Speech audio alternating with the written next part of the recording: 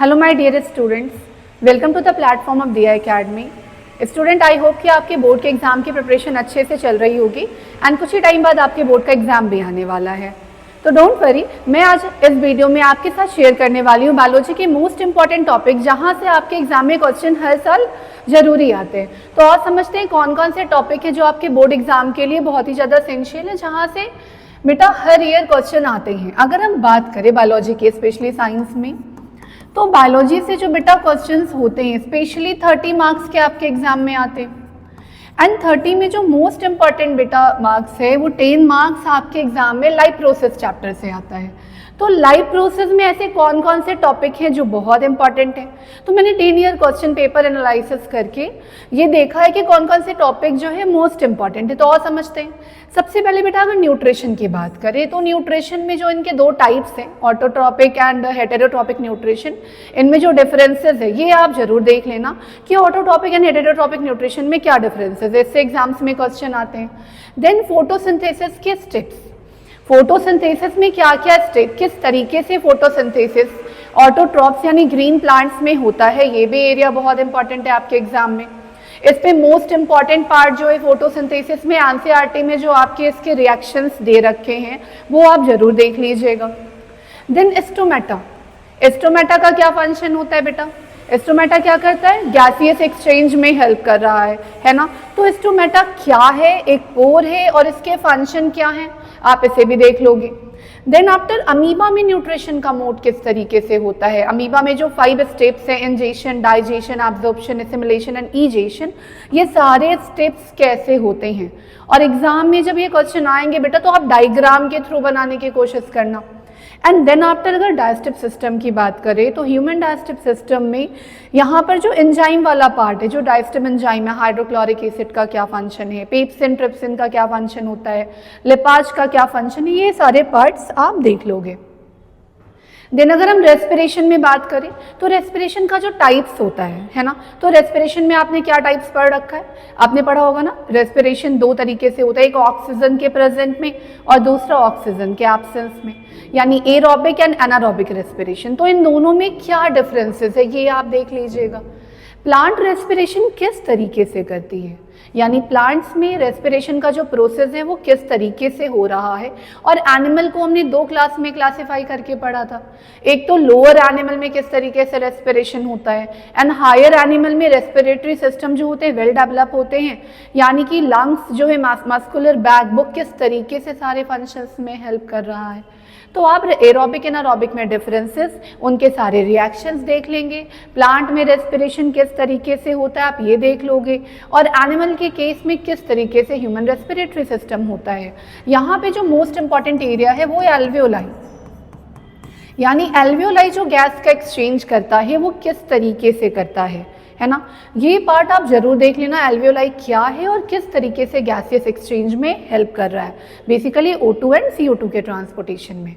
Then अगर हम बात करें सर्कुलेटरी सिस्टम वाले पार्ट में बेटा, तो वहाँ पे जो ब्लड वेजल्स आपने पढ़ा था, आर्टरी, वेन एंड कैपिलरी, इन तीनों में डिफरेंसेस आपके एग्जाम में आते हैं। तो आप इन तीनों में डिफरेंसेस देख लोगे कि आर्टरी किस तरीके से कौन से ब्लड कैरी कर रहा है, आर्टरी ऑक्सीजनेटेड ब्लड कैरी करता है, वेन जो है वो डीऑक्सीजनेटेड ब्लड कैरी कर रहा है, कैपिलरी आर्टरी एंड वेन दोनों के ज्वाइंट होने से बनता है, किस तरीके से बनता है आपने पढ़ा होगा, आर्टरीज छोटे छोटे ब्रांचेस में क्या होता है, स्प्लिट कर जाता है।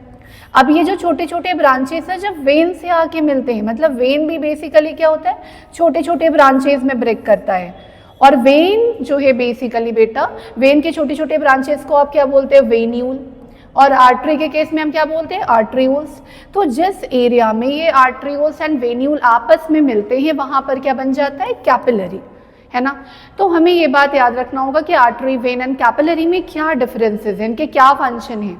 और आर्टरी वेन में बेटा एक एक्सेप्शन भी था, आर्टरी ऐसे तो ऑक्सीजनेटेड ब्लड कैरी करता है, लेकिन अगर हम पल्मोनरी आर्टरी की बात करते हैं तो वो डीऑक्सीजनेटेड ब्लड कैरी करता है, वेन डीऑक्सीजनेटेड ब्लड कैरी करता है।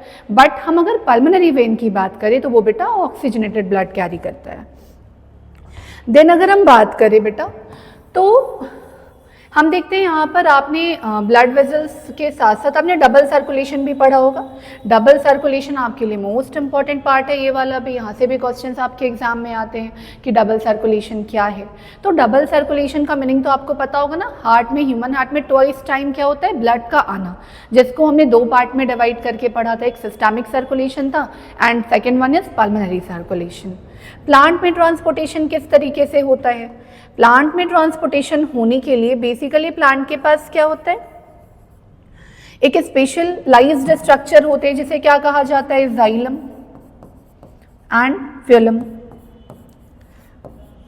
जाइलम बेटा वाटर का ट्रांसपोर्टेशन करता है, फ्लोएम फूड मिनरल्स इनका ट्रांसपोर्टेशन करता है। तो ट्रांसपोर्टेशन जो प्लांट में जाइलम एंड फ्लोएम के थ्रू हो रहा है वो किस तरीके से हो रहा है ये भी आप देख लोगे। देन हम बात करें एक्सक्रीशन में, तो एक्सक्रीशन वाले पार्ट में सबसे मोस्ट इंपॉर्टेंट पार्ट जो है, जहाँ से आपके एग्जाम में क्वेश्चन हर ईयर आते हैं, वो है नेफ्रॉन। नेफ्रॉन इसलिए बेटा क्योंकि नेफ्रॉन से आपके एग्जाम में एवरी ईयर क्वेश्चन आते हैं कि नेफ्रॉन क्या है, नेफ्रॉन के स्ट्रक्चर एंड फंक्शन एक्सप्लेन करिए। तो आपको पता है ना, नेफ्रॉन एक ऐसा स्ट्रक्चर है जो ब्लड को फिल्टर करने में हेल्प करता है, जो कि किडनी में प्रेजेंट होता है। और नेफ्रॉन की स्ट्रक्चर किस तरीके से होती है, इसमें कौन कौन सा पार्ट है, सारे पार्ट्स आपको एग्जाम में एक्सप्लेन करने पड़ेंगे कि नेफ्रॉन जो है वो किस तरीके से ब्लड का फिल्टर कर रहा है और इसके कौन कौन से पार्ट होते हैं। जैसे आपने पढ़ा होगा नेफ्रॉन में बेसिकली क्या होता है, कप लाइक स्ट्रक्चर होता है, जिस कप लाइक स्ट्रक्चर को क्या बोला जाता है, बाउमैन कैप्सूल। और बाउमैन कैप्सूल के अंदर जो ब्लड वेसल्स आते हैं उसे एफरेंट कहते हैं, और जो जाते हैं वो क्या होते हैं, इफरेंट आर्टरियोल। इन दोनों को एक साथ क्या बोला जाता है, ग्लोमेरुलस।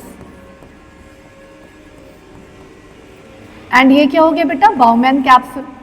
नीचे की तरफ जो ट्यूब्यूल होता है उस ट्यूब्यूल को क्या बोलते हैं, पीसीटी, प्रॉक्सिमल कन्वोल्यूटेड ट्यूब्यूल, है ना।